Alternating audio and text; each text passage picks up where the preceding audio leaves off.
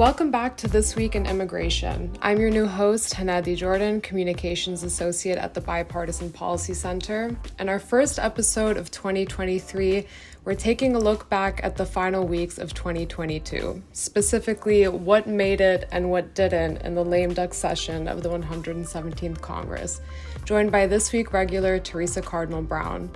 Then we'll take a look at the North American Leaders Summit, in which President Biden traveled to Mexico City to meet with his counterparts from Mexico and Canada. Migration issues were on the agenda. We'll be joined by Christopher Sands, director of the Canada Institute at the Woodrow Wilson Centre, to explore Canada's role in helping to manage migration in the hemisphere. An exciting episode ahead, so stick around.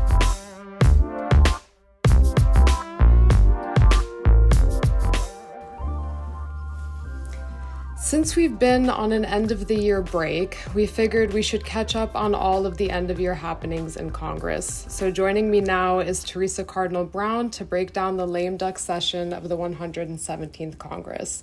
Welcome back, Teresa. Thank you very much, Hanadi, and welcome to This Week in Immigration to you as well. Thank you. Glad to be here. So probably the biggest news in the waning weeks of the 117th Congress was an effort by Senators Kyrsten Sinema of Arizona and Tom Tillis of North Carolina to negotiate a bill that would have legalized approximately 2 million DACA recipients and other dreamers, as well as create a new process for managing asylum-seeking migrants at the border. There was a mad rush of support and opposition to the framework that was leaked to the press and lots of backroom talks. But in the end, on December 17th, Senator Tillis announced the deal was dead. So let's take a look at this fast-rising and fast-falling effort and what happened. Teresa, bill language was never released by Sinema and Tillis, but there were a few news stories that gave us an idea about what the bill might have contained. Can we start by asking you to tell us more specifically what was in the draft framework? Sure. So, as you mentioned, it was combining a process for legal status for DACA recipients and other qualified dreamers that would have granted a temporary status for a period of years, required, background checks and certain other things, but would have led them to get a green card and then eventually citizenship. On the border side, a lot of what they were talking about were things that were similar to a bill that Senator Sinema had introduced with Senator Cornyn earlier in the year, the Bipartisan Border Solutions Act. It would have created new processes and requirements for those seeking asylum at the border, in particular, requiring them to stay at newly built reception centers or facilities along the border where their cases would be expedited for consideration. There was also sort of a 1-year extension of essentially Title 42 authorities that would have allowed the government to expel back out of the United States people who didn't meet the requirements for asylum very quickly, and for those who cross between ports of entry. So it would have required essentially opening of asylum at ports of entry and these new processes.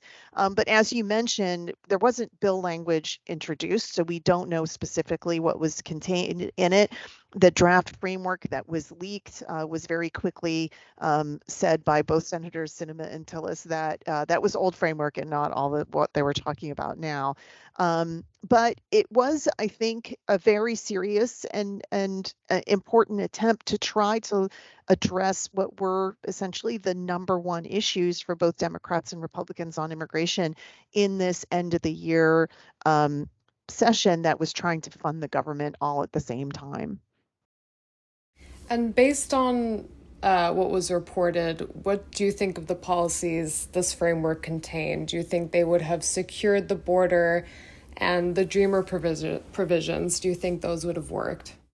So securing the border is kind of an amorphous term. I think it's kind of in the eye of the beholder, but a couple of things about it. Some of the pieces are very similar to a framework that BPC has proposed, that we have proposed on redefining border security and addressing migration at the U.S.-Mexico border. The idea of these centralized reception centers where people can have their cases processed in an expeditious way is something we have recommended. We've also recommended that people should be able to apply for asylum at ports of entry rather than having to go between ports of entry and turn themselves into Border Patrol.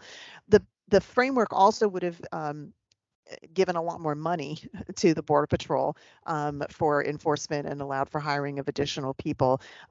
So I think it would have helped. I mean, would it have worked? I think probably there's some question about the timelines and how quickly people would be created. Certainly the extension of Title 42 for some period of time while this new system was set up was something that a lot of immigration advocates objected to. Of course, that was kind of taken over when the Supreme Court ordered the Biden administration to continue Title 42 anyway. But at the time this was all being discussed, there was a deadline of Title 42 going away by December 21st. So that period of time during which the United States would continue to expel people without giving them asylum would have bought time to create these new processes. And so I think that, it had potential. It wasn't probably enough of what some of most Republican border hawks wanted, and sometimes it went further than what I think some Democratic asylum advocates wanted. But I think it was a solid attempt at trying to get at what both sides needed on the border. As far as the Dreamer provisions, again, there's sort of, did it cover everyone? No. It would have definitely supported those who already have DACA. Excuse me. And would have also included other Dreamers by moving the dates a little bit to allow some people who that could have aged up into DACA eligibility but were not able to while the DACA program was on hold by the courts. And so people also could argue about some of the requirements to get it, the fact that there's a probationary period of time. But again, it would have provided ultimately permanent residence and eligibility for permanent residence and ultimately citizenship to around 2 million people, which is more than the current DACA recipients. And that's the largest legalization program that we've had in a very long time if it had passed.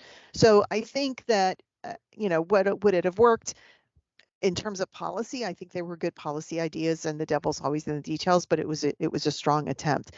Would it have worked politically? Well, clearly not, because they weren't able to get it done. And so since they weren't able to negotiate it and it never was introduced, we don't know whether it would have gotten the votes to pass ultimately. Well, as I mentioned earlier, and as you just broke down for us, there was a mix of support and opposition to the framework. But interestingly, the framework got support from the National Border Patrol Council, which had endorsed President Trump and has been highly critical of President Biden. So, how significant was this buy in from the Border Patrol Union? I think it was significant that it surprised a lot of people. And the Border Patrol Council president got some pushback from some significant immigration hawks and some of Trump's supporters for buying into this framework because of the legalization component. They're like, how dare you support legalization? And what the president of the Border Patrol Council said is that legalization isn't our purview, but we do think this would have given us tools to help manage what's happening at the border now, and we'll take anything we can get on that. So I think that two things. One, it was notable that the council representing Border Patrol agents said, yeah, we do think this will help us. We do think this will help our members in their responsibilities of trying to secure the border. Notably, it would have put more of the asylum process out of the hands of Border Patrol, and that it would moved it to ports of entry. And so the Office of Field Operations, which is the part of CBP that operates ports of entry, would have had more responsibility, and Border Patrol agents would have been getting back to doing what they want to be doing, which is looking for criminals and smugglers and people who are trying to sneak away, rather than having to manage hundreds of migrants who are turning themselves in every day. So I think that was a notable thing. That these members of Congress who were working on this framework were talking to the union and trying to get their support, and two, that they came out publicly in support of it.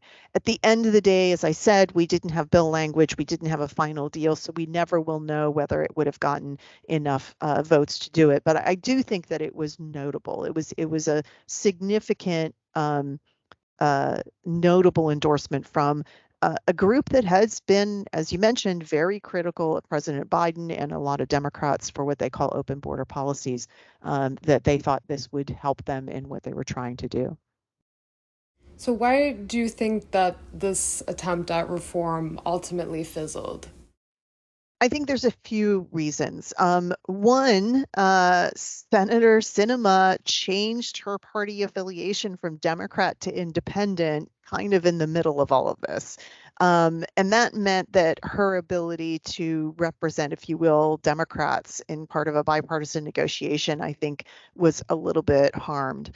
Um, Obviously, they were trying to do this in a very shortened 6-week lame duck session after the election, when the number one order of business was funding the government for the rest of the year. So trying to do something during that time when there's a lot of other things happening was a challenge. Senator Tillis came out fairly early after the framework was released and said, hey, look, we're not trying to attach this to the omnibus. We want to have a separate vote on this bill. And look, in the lame duck session, they had so many things they were trying to get done. They had to pass the defense authorization and omnibus. Floor time in the Senate is really difficult to have. The idea that they would have gotten floor time to just deal with this bill, I think was not really realistic. At the end of the day, however, I think that they just ran out of time to negotiate with all of their compatriots in the Senate something that could get the 60 votes. And so, they didn't have enough time to get that done, and they would just have to, try again this year, which they've already said they will do. So the Tillerson Cinema Dreamer effort got a lot of attention, but there were a few other immigration Hail Mary passes tossed in the lame duck. Let's briefly talk about some of them. In the House, there was the Eagle Act, which would have adjusted per country limits on green cards to address long backlogs for applicants from countries like India and China, and the Veterans Service Recognition Act that would provide support for non-citizen veterans and members of the armed forces. Teresa, what would these bills have done and what happened to them in the House? So as you mentioned, the Eagle Act was sort of the latest version of a bill that's been around for a few years now. I think it started being called the Fairness for High-Skilled Immigrants Act, and versions of that bill had passed the House and the Senate before, although never both at the same time.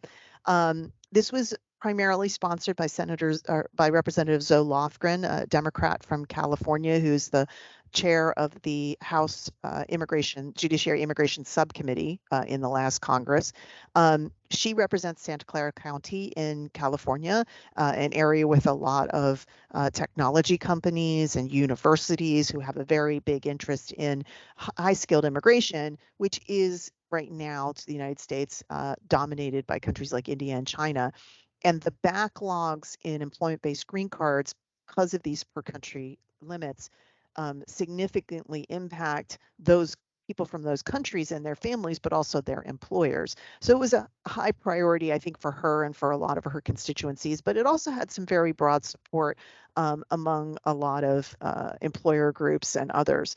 The challenge was, however, that without increasing the overall number of green cards, if you take off these per country limits, you're going to have a situation where people from countries that don't have as long a wait would suddenly have very long waits to allow the folks from India and China to come. And this created, I think, a fraught situation where advocates for those in long backlogs were put up against advocates for constituencies that didn't have much long backlogs. And they just sort of fought back and forth about it. The version that was introduced in the House that went through the Judiciary Committee had some provisions to try to even that out. It didn't allow the lifting of per country caps totally. It would have phased them over time and increased numbers from India and China while still maintaining visas for other countries so that nobody would be shut out completely for a period of time. It also had special provisions to address workers in necessary sectors such as healthcare. So it had been negotiated for a while, and there were changes to the H-1B visa program meant to attract some Democrats and some Republicans who had been highly critical of the technology industry for how they used that program in the past. That having been said, it just couldn't get the number of votes in the House. And so eventually it was pulled from the floor and it didn't make it. So I think that we'll have to see if a version of that bill gets introduced in this current Congress. The Veteran Service Recognition Act is a different bill, totally separate set of issues. There's been a longstanding issue with non-citizens who serve in the armed forces have an expedited means of getting naturalized if they have green cards and can get green cards if they don't, but they have to go through that process and they have to know how to go through that process. But what has happened is that many who serve in the armed forces don't understand that, believe that somehow there's an automatic gain of citizenship or a green card for their service, don't know they have to go through a process, and the military doesn't help them very much. So that means that some veterans, after they get out of the services, can find themselves at risk of deportation or having been deported. Or they don't have the ability to get the citizenship and green cards that they could have been entitled to. So the Veteran Service Recognition Act would do a couple of things. One, it would require that the Department of Defense work with USCIS to help those in the service access green cards and citizenship in that basis, help them through that process, help them understand that, so give them more responsibility in doing that. It would also say to the Department of Homeland Security, if you're looking to deport somebody who was a veteran, their veteran service should count in their favor in whether or not they could be relieved from deportation, particularly if they have U.S. citizen families. So there were other provisions that would have allowed veterans who may have been deported to apply to come back. And it had a good set of bipartisan support. That bill ultimately did end up passing the House, but it didn't get considered in the Senate, so it didn't end up coming into law. But it was very fascinating to watch these two bills that until the election really hadn't gotten a lot of traction suddenly show up on the House calendars. And one got passed and the other couldn't. But it does say that, sometimes Hail Mary at the end of Congress can benefit some folks. Well, these weren't the only two Hail Mary passes that got some attention at the end. The Farm Workforce Modernization Act was also an effort that was reported on and got a lot of attention. The bill passed the House early in 2021, but a companion took a very long time to be introduced in the Senate.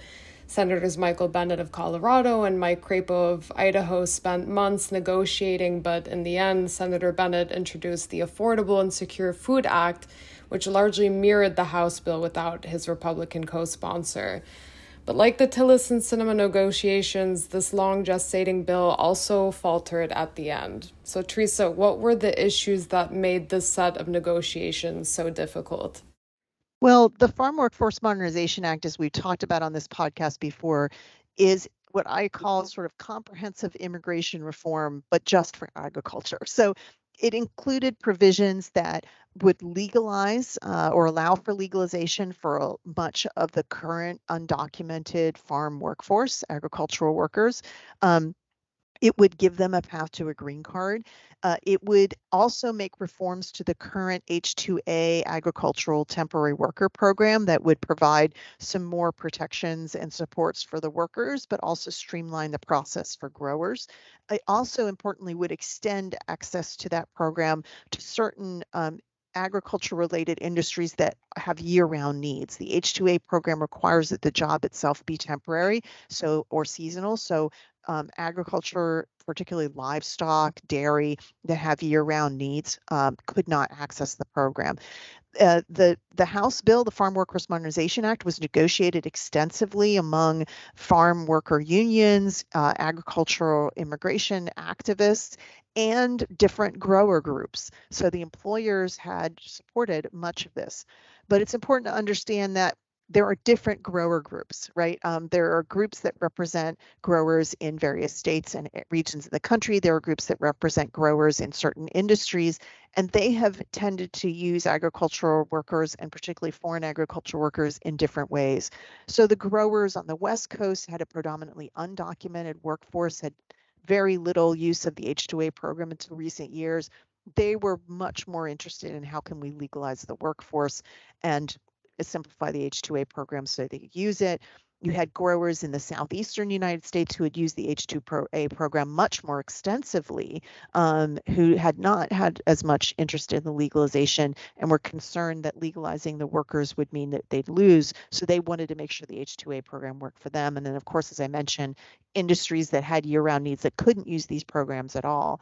And so one of the issues in the Senate was some of the negotiation in the House passed bill would have created new requirements on agricultural employers and new ways that they could be held accountable if they did not provide certain standards of work and living conditions for their workforce. Those were opposed by some of the employer groups. And so the biggest distinction, I think, was between the American Farm Bureau Federation, which represents farm bureaus in all the 50 states, and some of these other employer groups who did not see eye to eye on where those negotiations fell out. And so Senators Bennett and Crapo were trying to reconcile those issues and introduce a bipartisan bill in the Senate, and like everything else, kind of ran out of time. So Senator Bennett did introduce his bill, but it again ran out of time, wasn't able to get a vote on the floor, and so we'll have to see if this process is renewed in the next Congress. Well, in the end, no immigration provisions were included in the omnibus spending package. Why do you think immigration issues don't ever seem to make the cut in these last minute big bills? Well, I would say that they sometimes do make the cut, but rarely, and especially rarely over the last, I'd say, decade. And part of it is that, you know, the leaders of the House and the Senate and the parties are trying very hard to get past the absolute must, which is we have to fund the government. That means that anything on the bill, they have to do a calculation. Will it add votes or will it take votes away? And anything that's likely to take votes away without adding more votes is not going to make the cut. And immigration, because it has become a lot more partisan, has the potential always to be a net vote loss rather than a net vote gain, or a spoiler, if you will. And so spoiler issues are very likely to be left out of these big bills. So I think, and that, and just like the shortness of time, as we saw with the Tillerson Cinema efforts, it takes a long time to negotiate something that can be a net vote gainer. And if you are starting late in the process and you haven't worked out any of these issues before you get to the last few days of the session, the idea that you're suddenly going to be able to figure it all out and get that done is less likely. So I do think that it's a high bar to get included on these packages, and it's very difficult for an issue like immigration to meet that high bar. Well, now we need to talk about the beginning of the 118th Congress, which saw a historic speaker race in the House of Representatives. With Republicans having a majority after the 2022 election, they still struggled to elect Kevin McCarthy, the Republican leader, to the speaker position. It took 15 rounds of voting, the most in a century, for him to secure the speaker's gavel. Teresa, why did it take so long for McCarthy to be confirmed, and what do you think this means for Republican control of the House in the next 2 years? So it's worth understanding that the outcome of the election gave Republicans a majority, but not a big one. They had 222 of the 435 votes in the House. And what that means for anything to pass a majority of 435 is 218. And so they have essentially 4 votes in a majority. And this is just essentially a mirror image of what Speaker Nancy Pelosi had with the Democrats in the last couple of years. She had essentially 3 to 4 vote majority as well. With that small a majority, to be elected Speaker of the House, it's not enough to have the majority of your own party's support. The Speaker of the House is elected by the entire House of Representatives. And so usually the majority party, if all of their members vote for their nominee, can give the speaker to their leader. But McCarthy had a problem. He had at least 5 members that even before the 118th Congress came back to Washington, D.C., had said, we will never vote for Kevin McCarthy for Speaker. So that meant he could not gain the Speaker's gavel unless he won their votes back or got some Democrats to vote for him. Now, having somebody vote across party lines for Speaker is almost never heard of in the history of the House of Representatives. So that was a long shot. And so what happened is that they came back and they started voting for Speaker, and lo and behold, Kevin McCarthy did not receive enough votes to become Speaker. The entire Democratic caucus voted for their leader, Hakeem Jeffries. That gave them 212 votes, not enough to become Speaker. But Kevin McCarthy got fewer votes than that, and not the 218, because in the first vote, at least 10 of his members did not vote for him. So more than the 5 that had declared. Ultimately, it was 20 people that were not willing to vote for McCarthy in his own conference. And instead of sort of stepping aside and saying, okay, who can get 218 in the Republicans, he stuck it out and insisted on continuous voting and continued to negotiate until he got enough support. And at the end of the day, as we said, 15 rounds, he finally did win the Speaker's gavel. The issue, though, is that these, Freedom Caucus, hard right Republicans that were voting against him negotiated a lot of concessions from him in terms of how the House would run. So immediately after electing a Speaker, the House of Representatives votes on the package of rules that would govern how the House works for the next 2 years. And the conservatives who negotiated with McCarthy negotiated changes to these rules, some of which will give them a lot more control over what can come to the floor of the House and how it comes to the floor.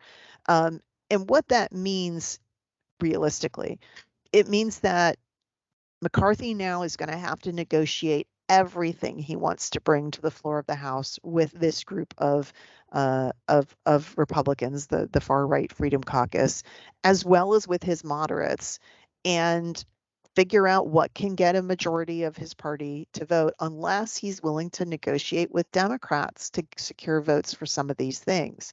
So some of the promises he made about bringing things to the floor are things that Democrats will never support, and things that his moderates are a little uncomfortable with. So I think it's going to be a challenge for him to move legislation. And some of the things that he are going to move are probably things that are very hardline immigration or border issues. He's already promised that they will consider impeaching the DHS secretary. They're going to conduct extensive oversight of the Biden administration and how it's worked at the border. So I think it's going to be a challenging 2 years. Well, before Kevin McCarthy had to make some concessions to secure the speaker's seat, he made some promises about the border and immigration after Republicans secured the majority following the election in November. So, how do you think he'll be able to hold on to those promises as speaker? So a couple of things that he said very early on after Republicans won the majority was that the House of Representatives would not vote on anything that contained quote unquote amnesty. So something like the Tillis-Cinnamon negotiations that would include legalization for the Dreamers and DACA would not get a vote in the House of Representatives at all. He did say that they would vote to secure the border, and some of the bills that are going to be voted on early this Congress by the House will be hardline border security measures, things like keeping Title 42 in place indefinitely or giving the Secretary his own Secretary of Homeland Security his own authority to do what Title 42 does, which is expel migrants from without giving them access to asylum. There will probably be bills that will restart construction of a border wall and increase the number of Border Patrol agents and things like that. He may be able to get those bills through the House with his own party, but they are going to run into a dead end in the Senate, which is still controlled by Democrats. And of course, President Biden has already threatened to veto some of this legislation should it come to his desk. So I think he'll be able to get votes on some of the things he promised. But again, that doesn't mean that they are going to become law. Well, thank you, Teresa, for that breakdown of Congress. I guess we'll just have to wait and see how the 118th Congress shakes out. After the break, Teresa sits down with the Woodrow Wilson Center's Canada Institute to discuss the North American Leaders Summit. Stay tuned.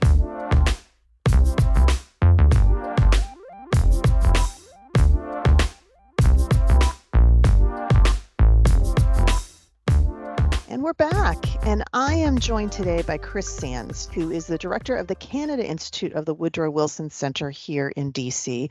Chris is a longtime expert on Canada-U.S. relations, is an adjunct professor at Johns Hopkins University School of Advanced International Studies, also known as SICE. And he has his own podcast with fellow Canada-phile Scotty Greenwood of the Canadian American Business Council, Canusa Street. So go check that out. But Chris, welcome so much to This Week in Immigration. Thank you, Teresa. It's great to be here on your podcast, and we'll have to return the favor. But I don't want people to check out our podcast, Canusa Street, until they've decided that I'm good on yours. I don't think there'll be a problem there. I think we'll be just fine. So, Chris, I asked you to come on because this week President Biden met in Mexico City with Canadian Prime Minister Justin Trudeau and Mexican President Andres Manuel Lopez Obrador for the North American Leaders Summit, which those of us in the game call the NOWs. So first, for our audience that maybe doesn't follow these sorts of diplomatic summits, can you just tell them what the North American Leaders Summit is? Sure. This is a summit that we started, George W. Bush actually started in 2005 as a way of coordinating beyond the three NAFTA partners having a trade relationship, all the decisions necessary just to begin to manage the integration between the three of them. And so it's everything from supply chains and critical minerals to migration and people flows to competitiveness and trying to make the economies work better. And of course, dealing with the trade disputes that come up inevitably in any relationship. And we have plenty of those. And so it's separate from what's now the USMCA, the US Mexico-Canada Agreement, which is our replacement for NAFTA. It stands alone, and it's one of those few summits where the number of leaders is so small that there's nowhere to hide. And I think that means it's one of the more productive of the summits that the US participates in. And of course, Canada and Mexico are in so many other groups. We see them at G20, we'll see Canada at G7. So I think of it almost as though it's a theater. It's like going to the Uptown Theater here in DC. You see a show there, and the same actors show up at other venues, and you can see them performing there. But there's a kind of thread that runs through the year's schedule of summits, which has the North American Summit is one of those, but the conversations actually continue and spill over outside the technical summit itself. So it's really an important part of how we cooperate and how we manage our foreign affairs with our closest partners. That's great. So you mentioned a whole lot of policy issues. What do we know of those issues was on the agenda for this summit? Well, there were a couple that were very big for the President of the United States, which I think, in addition to the host, who was Andres Manuel Lopez Obrador, the President of Mexico, the important player, because the U.S. really did have some concerns here. And as always, they're not about my country, the Canadians who I follow. I'm American, but I do love the Canadians. But they're mainly about Mexico, and so people think of them in those terms. And the big issues were migration, energy and climate change, which has been controversial. The president of Mexico has been trying to walk back some of the energy reforms that his predecessor put in place, and so that has everybody from oil companies to alternative renewable energy companies very upset. And there have been some issues related to labor, how much Mexico, or put it more accurately, automotive parts suppliers in Mexico have been paying their automotive employees, because USMCA requires that for their labor and the work that they do to count towards the goal of what's now a 75% threshold for North American content, they have to be being paid at least $16 an hour. And so there have been some questions and some follow-up investigations of that have been going on. So a number of issues around the economy and competitiveness and climate. And then there were some other issues that were related to sort of the future. I guess they all connect, but we talked about critical minerals. A couple of years ago, the US and Canada signed a critical minerals collaboration plan. We've talked about trying to develop critical minerals sources here in North America, both because they're nearby and secure, but also because we're trying to decouple on some of those critical minerals away from China, which has tended to use its sources and most importantly, its processing of critical minerals as a kind of economic weapon against rivals. And we've thought maybe a little bit of independence as a backup would be very helpful. Canada and Mexico both have them, so does the U.S., but we've been very slow to see them develop. And so that's been something the governments have been looking at. Why isn't the private sector developing these things, bringing them to market, and what can we do to kickstart that process? Yeah. So that's a lot of issues, but you mentioned very clearly this is an immigration podcast, so we're going to get to immigration. I knew you'd come to that. I come to that eventually. I mean, migration is, as you said, a huge issue in U.S.-Mexico relations right now, but it does also play a part in U.S.-Canada relations. So what are some of the key migration issues between the U.S. and Canada that either were part of this conversation or have been kind of parts of conversations for a little while? Sure. Well, I'll give you just a little bit of background on Canada, since I always come to Canada, you always come to immigration. And the thing about Canada is it is a very big country geographically on the map, 110% the land area of the United States, but it has a small population. And given the specialized nature of the economy, they have some very serious labor shortages in particular skill areas, as well as a lot of space to grow. And over the years, because they have focused on bringing in highly skilled, easy to assimilate, not necessarily culturally, but in terms of middle class immigrants, people are going to be moving up in the world, they've got a generally positive attitude about immigration, always looking for more immigrants than they get. And they've been very eager to attract people from all over the world. They've got a number of programs that are trying to take advantage of maybe loopholes. The US, for example, after college students get their degree, they get a year of optional professional training where they can stay in the country. Canada goes really aggressively at some of the most talented people that America has educated and says, look, if it doesn't work out for you to stay in the US, why don't you come to Canada? We need that talent, which is very clever of the Canadians. When you're sort of as a junior partner, you're nimble. And so they've been poaching from the United States is what they're doing. Absolutely. And encouraging, even Americans, other people to come to Canada. But because of that sort of positive attitude about immigration, they've been a very big recipient per capita of international migrants who might be economic migrants or might be refugees. And that has always been a big part of their portfolio, very generously welcoming in people. Canada's almost always far from their source of trouble or home. And if you'll know this going back, if we go back to the sort of UN Convention on Refugees and the whole system that developed after World War II, including the 1967 update, the whole thinking we had about refugees was that we should keep them close to the country of origin so that they could eventually get back. But the thinking lately, particularly the Global Compact on Migration, has been that people can go far away, and because airplane travel is cheap, the internet's not bad, even long distance calls aren't what they used to be in terms of cost, that people can go far away from their home country and still have a realistic prospect of reintegration if the conditions change. That matters because we are in this unique, hopefully not to be repeated moment when so many people around the world are looking for safe haven, whether it's Venezuelans, Syrians, or Ukrainians. Those are sort of the top three. There are a lot of people looking for a place to land, and Canada's been very generous in welcoming them. Syrians, because of a long time pattern of migration from Syria due to the fact that Syria was part of the old French Empire, and Quebec always prioritizes people with the Francophone connections. Ukraine, Canada's got the third largest population of Ukrainians in the world, including Ukrainian speakers. So people are still very actively connected. And number one, obviously, is Ukraine. Number two is Russia. So they're very big there. And that means there are families, churches, community groups that are willing to help Ukrainians fleeing the conflict to get settled and find their feet and find a place in Canada. So that's really been critical. And there's another country that isn't on that top list, but I think is really important, and that is Haiti.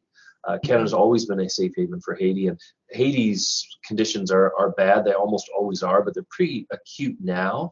And Canada is taking a bigger role in trying to help not only resettle Haitians, but also help Haitians themselves to get their country back on its feet. So in a number of areas that are important, Canada is right at the center of things, and a very big player in helping the US and the rest of the international community solve some of the challenges of global migration.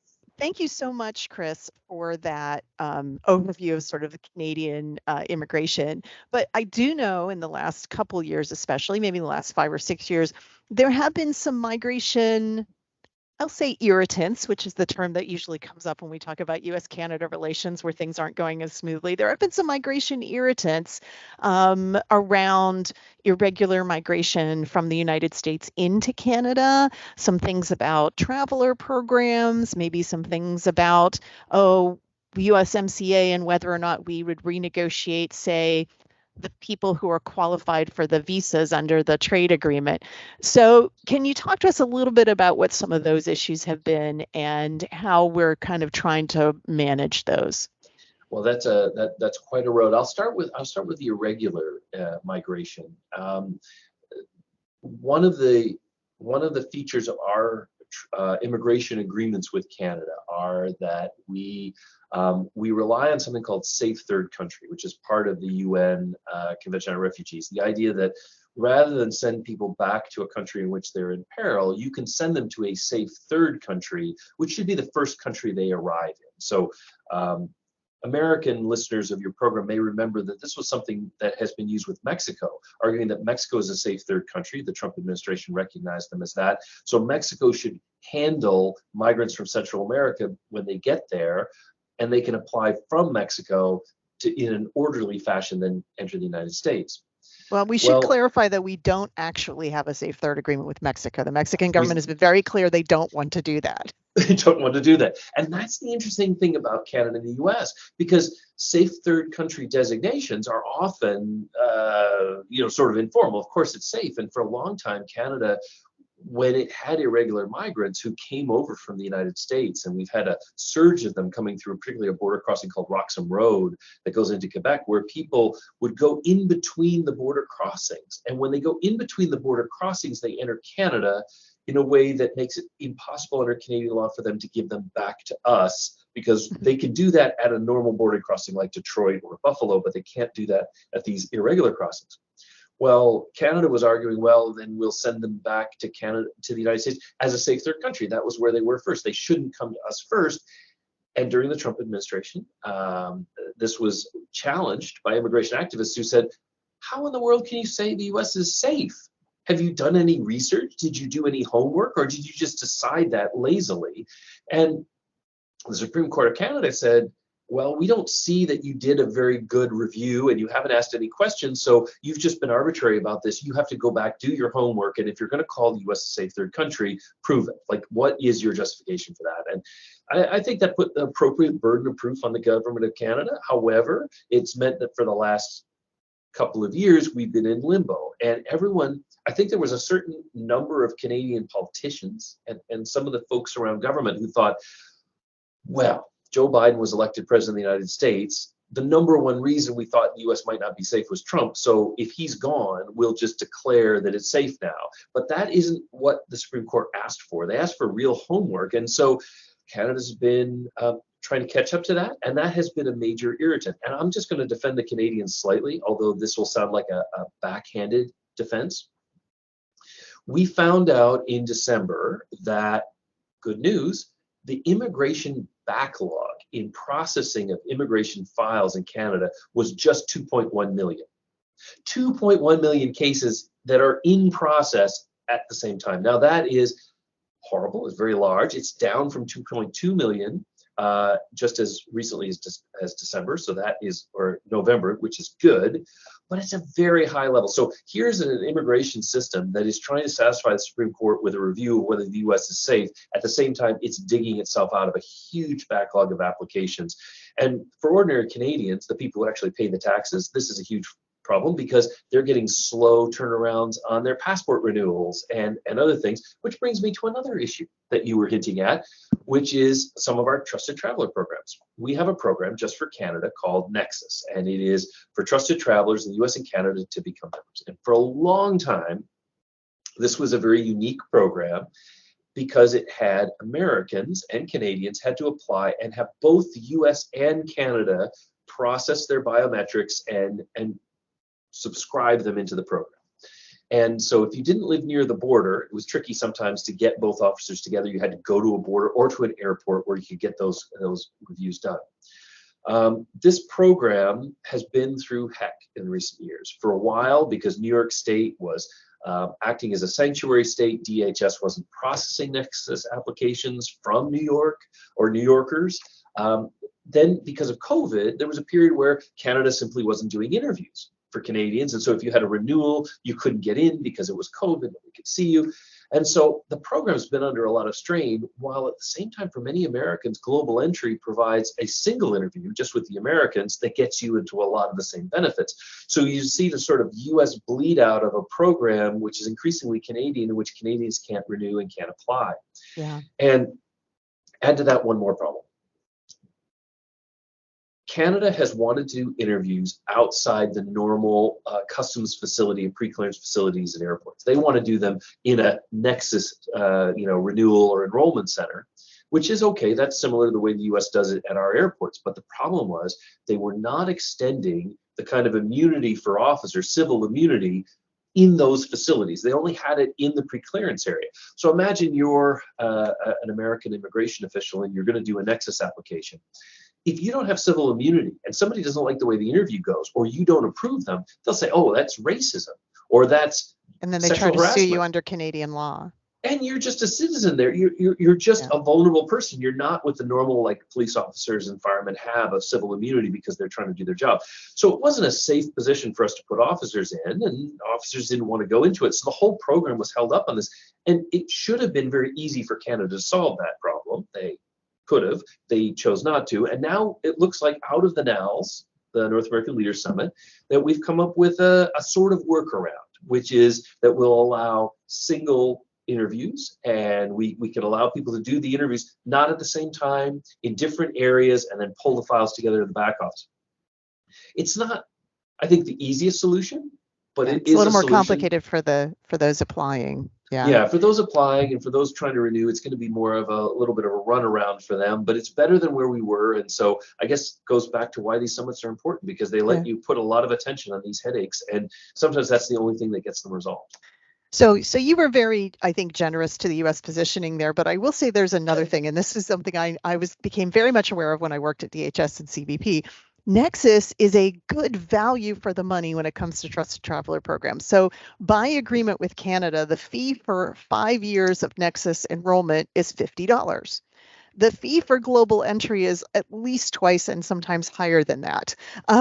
So if you can get into Nexus and are willing to go through the hoops to be interviewed by both countries, first of all, you get all the benefits of Global Entry for the United States when you come back from anywhere, and you get TSA pre-check when you go through TSA domestically, but you get it for a lot lower price.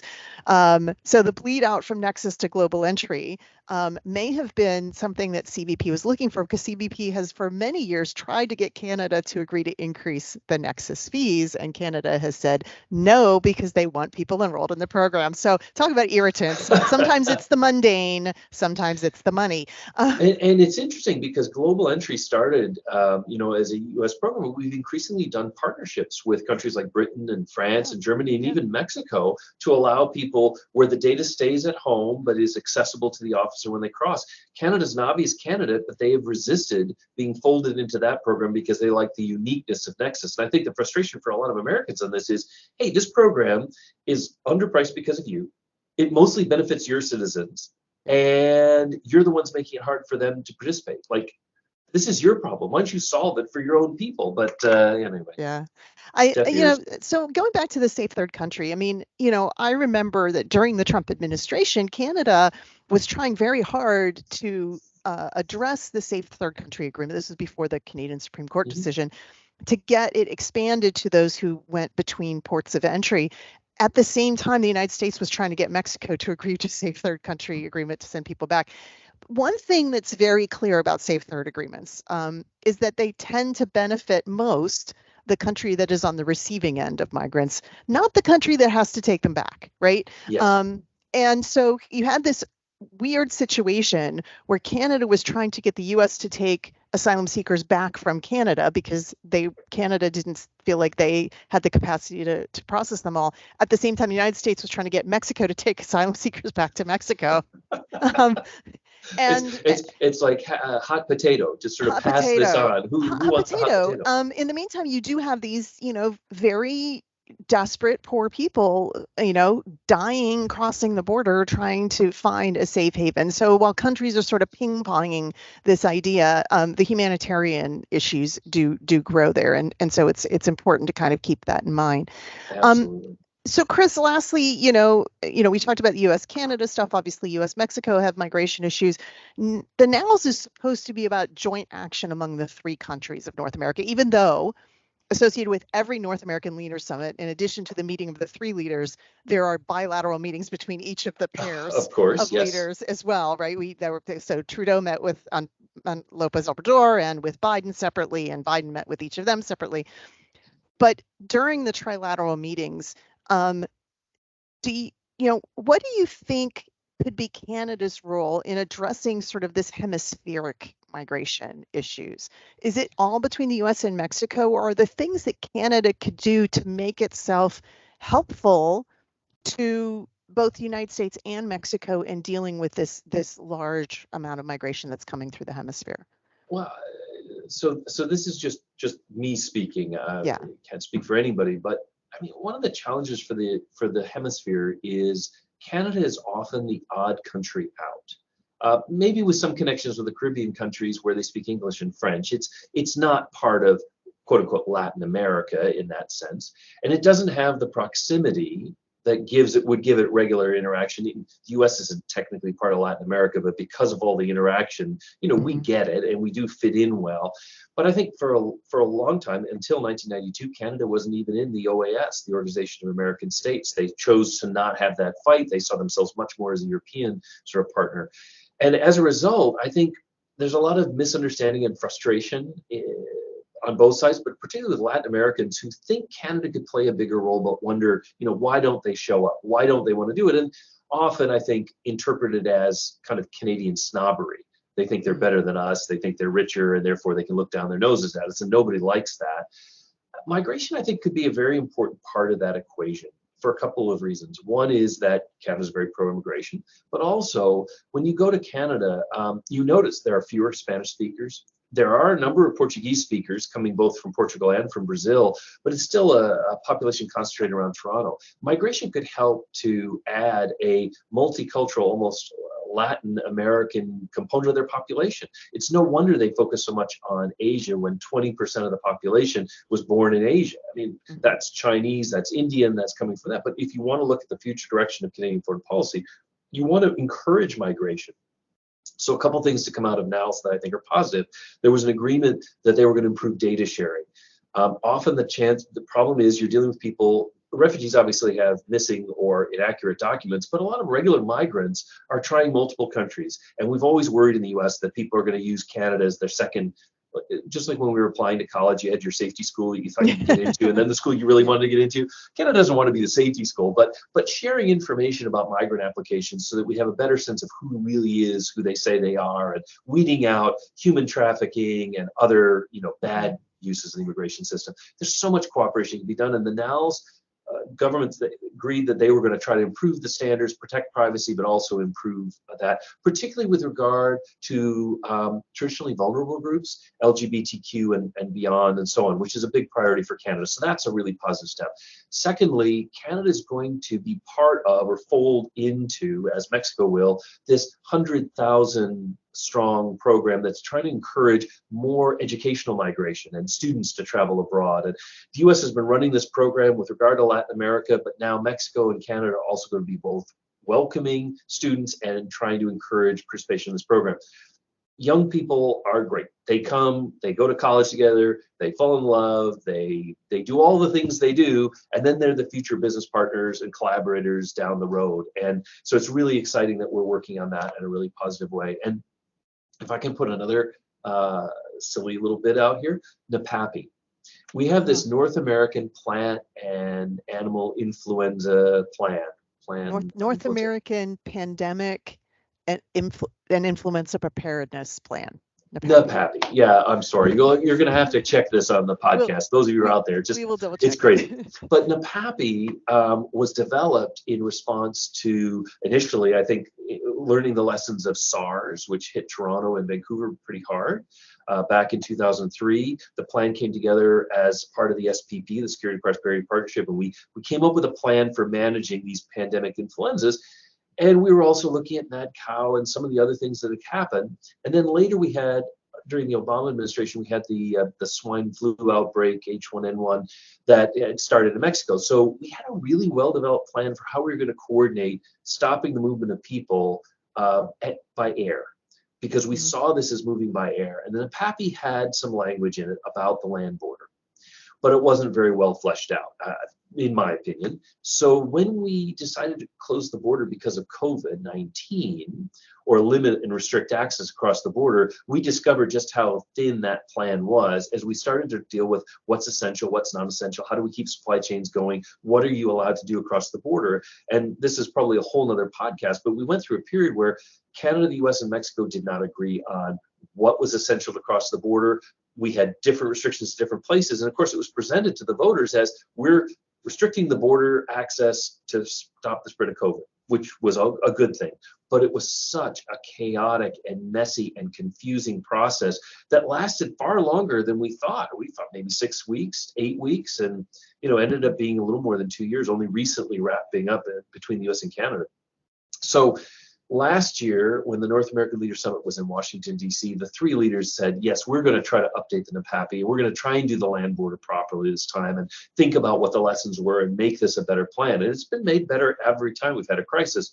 Well, once again, they promised they were going to do it. And I know there are a lot of people who listen to your podcast who've been hard at work at it, but that's one of the things that it isn't a done deal, but I think it's really important that the leaders talk about, because we are going to face more pandemics, unfortunately, and just having learned the lessons of this one, and I don't think we fully have, it will be so important going forward. Yeah. The other thing I just want to mention is that both Canada and Mexico were signatories to the Los Angeles Declaration from the Summit of the Americas, right. Even though Mexico didn't actually attend, Canada did. But they both ended up signing on to that declaration on migration management. And one of the key areas there was this idea of addressing root causes, which is primarily about development in the region. And so I think this is another area where Canada made some commitments about trying to expand its development assistance in some of the countries in Latin America and in the Caribbean. I think that's something else that they talked about probably at the North American Leaders Summit. I know that's a big issue for the Mexican president, who is very interested in more of that development assistance. Do you think that's something that Canada, maybe, as you mentioned, not being quite as integrated with Latin America, that could help Canada with expanding its influence in the hemisphere? Yes, and I think of it in sort of layers. So all of these pieces come together. Canada has a goal. It had a goal at the low end of taking in 405,000 people in 2022. So that was their target for new immigration. They actually got 437,000. Which is pretty good, because you and I will know, going back, Canada used to set a target and always fall short. I mean, they were willing to take more people than they could get. Now they're starting to exceed their targets, their low-end targets, and get closer to their high-end targets. And by 2025, the Canadian government is aiming to bring in 500,000 people a year. So in terms of overall numbers, they are hungry for more migration. And since there are displaced people, you think about Venezuelans. A lot of the Venezuelans who left Venezuela, who had experience in the oil sector, went to Alberta and began working in the Canadian oil sector, and they brought transferable skills. So I think the skills migration will be the easiest, because if you've got skills, Canada needs you. Second, we think about students and young people. We have the 100,000 strong, all of that. And then you come to the Los Angeles Declaration, where you're dealing with people more in need or looking for educational opportunities. There is a working group on North American educational opportunities. We're not yet to where Europe is with an Erasmus program, where you don't need a student visa to go to school in any of the countries, but we're inching towards something a bit that moves in that direction, and encouraging more foreign students. And I know from the university side, a lot of us are under pressure at the universities about Chinese students and Chinese faculty for reasons of national security. Well, we got to get butts in seats in every university in all three of our countries. So the idea of if we're losing access to some of China's best and brightest, bringing in some of Latin America's and just keeping universities humming with bright young people is really attractive. And I think that will be another way that we can bring folks in. So across the board on migration, Canada is trying to be a better partner and can be a better partner, not just of the United States, but of the West or the Western Hemisphere, and also other regions that are really troubled, parts of Asia and Europe and Africa that need help. Canada can't do it all by itself, but I like to think that international relations is going from the sort of Superman phase to more the Marvel universe. Everybody contributes. Everybody contributes. We're all team players. And Canada, Canada could be a Hawkman or an Ant-Man or a Spider-Man. It brings its own skills. It doesn't solve the problem by itself, but we're a team. So I think that's the kind of attitude we need more of. And Canada's willing. We just have to work all the details out. Well, Chris, as a dyed-in-the-wool superhero and comic geek, you have just made my day. So thank you so much for that analogy. It's a pleasure. Chris Sands, thank you so much for joining us on This Week in Immigration. Teresa, it's been a pleasure, and keep up the podcast. I enjoy listening to it. I listened to several episodes just to prepare for this, and I'm looking forward to listening not to my own, but to all of you. Thanks so much. Take care. All right. Bye-bye.